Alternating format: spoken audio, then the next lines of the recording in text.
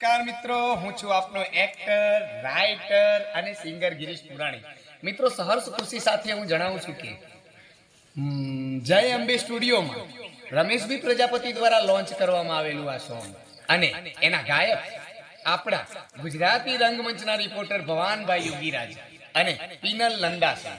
તો મિત્રો, એ song release થઈ ચૂક્યું છે જય અંબે સ્ટુડિયોમાં.